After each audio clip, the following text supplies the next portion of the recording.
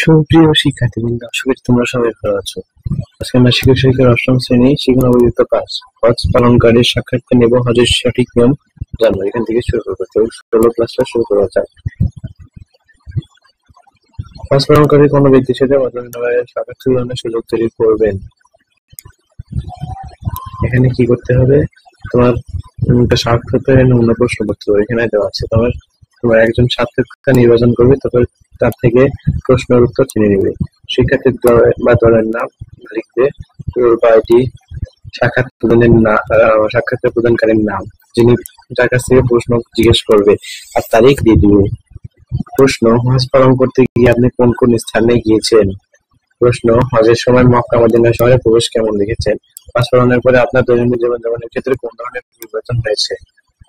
হজ পালন করতে গিয়ে আপনার কোনো ভুল ত্রুটি হয়েছে?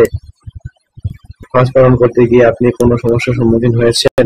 হজ সম্পন্ন করার মাধ্যমে আপনার ব্যক্তিগত অনুভূতি কি? হজ থেকে আমরা কি শিক্ষা গ্রহণ করতে পারি বলে আপনি মনে করেন? আপনার মূল্যবান সময় দিয়ে মতামত প্রদান করার জন্য ধন্যবাদ। এখানে সাক্ষাৎকার বা মত বিনিময় নিয়ে আলোচনা উপস্থাপনা, যা যা পেলে সেগুলো উপস্থাপন করতে হবে। এখানে হজ সম্পর্কে অর্জিত অভিজ্ঞতা দেওয়া হয়েছে। তো চলো এমসিকিউ শিফটে চলে যাই। হজ সম্পর্কে অর্জিত অভিজ্ঞতা: হজের ইতিহাসের বিভিন্ন স্থানের ইতিহাস জেনেছি, ধর্ম সম্পর্কে জেনেছি, হজ আদায় ভুল হলে পণ্য সম্পর্কে জেনেছি, হজ পালনের ক্ষেত্রে যেসব বিষয় একটু কষ্টসাধ্য সে সম্পর্কে জেনেছি, মক্কা মদিনা শহর সম্পর্কে বিভিন্ন তথ্য জেনেছি, হজের বাস্তব জীবনে যে প্রভাব পড়ে তা জানতে পেরেছি। তারপরে একটা কাজ আছে এখানে, শিক্ষক উপস্থিতিকে সাক্ষাৎকার ব্যবহৃত প্রশ্নমালার আলোকে একটি করে বিষয় নির্বাচনের মাধ্যমে নির্বাচন করে দিলেন। বিষয়গুলো হতে পারে এইসব 4টি দেওয়া আছে। চলে চলে যাই। তো 1 নম্বরে ছিল হজের সময় মক্কা মদিনার চিন্তিত পরিবেশ। পবিত্র হজ পালনের সময় মক্কা মদিনা এক উৎসবমুখর আনন্দঘন পরিবেশের সৃষ্টি হয়। সেখানে সারা দেশের মুসলিম জনগোষ্ঠীর মিলন মেলায় পরিণত হয়। সকল ভেদাভেদ, জাতি, গোত্র, বর্ণ বৈষম্য ভুলে গিয়ে সবাই এক পোশাকে এক কাতারে সামিল হয়। সবার আজ একটাই পরিচয়, সবাই মুসলিম এবং এক আল্লাহর বান্দা। তারা মক্কা মদিনায় উপস্থিত হয়ে এক ঐক্যবদ্ধ মুসলিম জাতির পরিচয় তুলে ধরে। হজ পালনের মাধ্যমে জীবনযাপনের পরিবর্তন, এটা ছিল 2 নম্বর। হজের আনুষ্ঠানিকতা ব্যক্তির মধ্যে তীব্র দায়িত্বানুভূতির সৃষ্টি করে এবং ঈমান বলিষ্ঠ করে।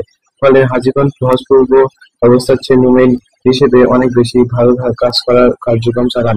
হজ থেকে ফিরে এসে হাজীগণ একান্তভাবে কুরআন ও সুন্নাহর জীবনে ফিরে আসেন এবং আল্লাহর যেকোনো ডাকে সাড়া দেওয়ার ব্যাপারে প্রস্তুত থাকার দৃঢ় প্রত্যয় ঘোষণা করেন। হজের ঐতিহাসিক প্রেক্ষাপট: আরাফাত অবস্থান, তাওয়াফ, জিয়ারত সহ বাস্তব নিদর্শন এবং রাসূল সাল্লাল্লাহু আলাইহি ওয়াসাল্লামের স্মৃতি জড়িত পবিত্র স্থানগুলো প্রত্যক্ষ করার ফলে হাজীদের চিন্তা চেতনা, চরিত্র, কর্ম এবং জীবন বৈশিষ্ট্যে ইতিবাচক পরিবর্তন আসে। তার মধ্যে শয়তানি শক্তি দূর হয়, তারা দুনিয়ামুখ হয়। হজ পরবর্তী জীবনে মৌলিক ইবাদত বন্দেগী আরো মজবুতের সঙ্গে পালন করে। হারাম উপার্জন থেকে বিরত থাকে, মুসলমানদের সাথে ঐক্য বান্ধবীর সম্পর্ক গড়ে তোলে, মিলেমিশে জীবন যাপন করে। হজের পরে হাজীগণ আল্লাহ মানুষদের সাথে সুসম্পর্ক গড়ে তোলে এবং তাদের সাহচর্যে বেশি সময় কাটাতে পছন্দ করে। 5 ওয়াক্ত নামাজ মসজিদে গিয়ে তাকবীরে তাহরিমার সাথে আদায় চেষ্টা করে। প্রতিদিন বেশি বেশি ইস্তেগফার, দরুদ শরীফ ও অন্যায় দোয়া জিকির পাঠ করে। এভাবে জীবনের সকল কাজে আল্লাহর সন্তুষ্টিকে প্রাধান্য দিয়ে জীবনযাপন সচেষ্ট হয়। তারপর 3 নম্বরে ছিল হজের সময় বর্জনীয় কাজ। হজের উদ্দেশ্যে ইহরামের পর হাজীগণ আল্লাহ তাআলার নিকট নিজেকে সমর্পণ করে। তখন তার উপর কিছু হালাল কাজও নিষিদ্ধ হয়ে যায়। সেই নিষিদ্ধ কাজগুলো হজের সময় বর্জনীয়। সেই বর্জনীয় কাজগুলো তুলে ধরা হলো: রসুল কথা বলা ও রসুল কাজ করা।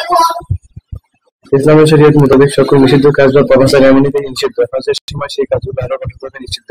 কারোর সাথে ঝগড়া বিবাদ করা, কোনো পানি শিকার করা বা অন্যকে শিকার করার জন্য দেখিয়ে দেওয়া, পুরুষের জন্য সেরা কাপড় পরা নিষিদ্ধ বেঁধে রাখতে অসুবিধা নেই। আর মহিলারা সেলাই করা কাপড়ই পরবে, এটা তোমাদের বইয়েই আছে। পুরুষের জন্য মাথা ও মুখ আবৃত করা নিষিদ্ধ, তাই পাগড়ি ও টুপি পরা নির্জ হবে। তবে মহিলারা মাথা থেকে রাখবে ও মুখ খোলা রাখবে। আতর ও সুগন্ধি ব্যবহার করা বা আতর সুগন্ধি মিশ্রিত পোশাক পরা, সুগন্ধি সাবান ব্যবহার করা যাবে না। ব্যবহার করা: নখ কাটা, মাথা চুল কাটা বা চুল ছাঁটা, এমনকি দাড়ি ছাঁটা, এমনকি পশম কাটা বা উঠানো যাবে না। তবে অনিচ্ছাকৃত কোনো কাজ, যেমন গোসলের সময় বা মাথা চুলকানোর সময় চুল পড়লে অসুবিধা নেই। তবে হাজী ইহরাম অবস্থায় চিরুনি দিয়ে চুল আঁচড়ানো উচিত। 4 নম্বরে ছিল হজ থেকে আমাদের শিক্ষা। হজ থেকে আমরা যে শিক্ষা গ্রহণ করেছি তা হলো, এর মাধ্যমে তাকওয়া ও আল্লাহর প্রতি বৃদ্ধি পায়। হজ হলো আর্থিক পরিশুদ্ধি অর্জনের মাধ্যম। হজ মানুষকে অন্যায় অসুবিধা থেকে আল্লাহর পথে ফিরিয়ে আনে। মানুষ তার পরবর্তী সকল অবহেলার জন্য অনুশোচনা করে তওবা করে আল্লাহর পথে ফিরে আসে, আল্লাহর কাছে মাফ চায়। আল্লাহর পথে ফিরে আসার এই আকুলতা হজের মাধ্যমে হয়ে থাকে। সদা ইহরামের কাপড় আমাদেরকে মৃত্যুর কথা স্মরণ করিয়ে দেয়, ফলে আমাদের অন্তরে পরকালীন শাস্তির ভয় জাগ্রত হয় এবং অনেক কাছ থেকে বিরত থাকার ইচ্ছা জাগ্রত হয়। হজ থেকে প্রতিবেদনের পর্যায়ে আমরা হাজিদের ভাবে জীবনযাপনের আমল পরিবর্তন লক্ষ্য করি। হজের মাধ্যমে সারা বিশ্বের মুসলমানদের মধ্যে ঐক্য ভাতৃত্ব বন্ধন সুদৃঢ় হয়। এক মুসলমান পৃথিবীর অন্য প্রান্তে মুসলমানদের প্রতি আর্থিক টান অনুভব করে।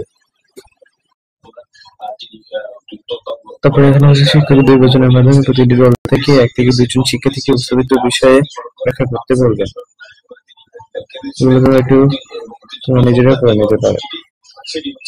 এখানে একটা কাজ আছে, বিষয়বস্তু উপস্থাপন। হজ পালন কেন গুরুত্বপূর্ণ তা শিক্ষার্থীদের একভাবে জোড়ায় আলোচনা করে লিখতে বলবেন। আনসার সূত্রে চলে যায়। হজ কেন গুরুত্বপূর্ণ? আর্থিক উন্নতি, সামাজিক সমৃদ্ধি ও বিশ্বব্যাপী প্রকাশে হজের গুরুত্ব সর্বাধিক। মুসলিম বিশ্বের ঐক্য সংহতি করতেও হজের ভূমিকা খুবই গুরুত্বপূর্ণ। ধন সম্পদ, বর্ণ, গোত্র ও জাতীয়তার দিক থেকে মানুষের পার্থক্য থাকবে, হজ এসব ভেদাভেদ পুরো মুসলমানদেরকে ঐক্যবদ্ধ হতে শেখায়। হজ মুসলমানদেরকে আদর্শিক ভ্রাতৃত্ব বন্ধনে আবদ্ধ করে। বাজে পূজা নারীর ভৃত্য সকলকে সেলাইবিহীন একই কাপড় পরিধান করায়, একই উদ্দেশ্যে মোজন গ্রহণ দরবারে উপস্থিত হয়ে সাম্যের প্রশিক্ষণ দেয়। হজ মানুষকে পারস্পরিক সম্প্রীতি ও শৃঙ্খলাবোধের শিক্ষা দিয়ে সহানুভূতিশীল করে গড়ে তুলে বিশ্বব্যাপী শেখায়। দলে পারস্পরিক প্রভাব ও সাংস্কৃতিক বিনিময়ের মাধ্যমে মানুষের মাঝে সৌহার্দ্যবোধ জাগ্রত হয়। হজ শুধু ইবাদতই নয়, বরং আর্থিক পরিশুদ্ধতার এক অনস্বীকার্য পদ্ধতি। হজ মানুষকে অন্যায় অসুবিধা থেকে আল্লাহর পথে ফিরিয়ে আনে। হজ আদায়ের মাধ্যমে মানুষ পবিত্রতা, ভালোবাসা ও আল্লাহর নির্দেশনাকে প্রত্যক্ষ করতে পারে, ফলে মানুষের তাকওয়া বৃদ্ধি পায়।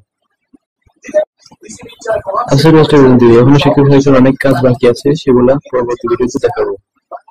তো আমার ভিডিওগুলো ভালো থাকবে, আমার চ্যানেলটা সাবস্ক্রাইব করে আমার সাথে থাকবে। ধন্যবাদ সবাইকে।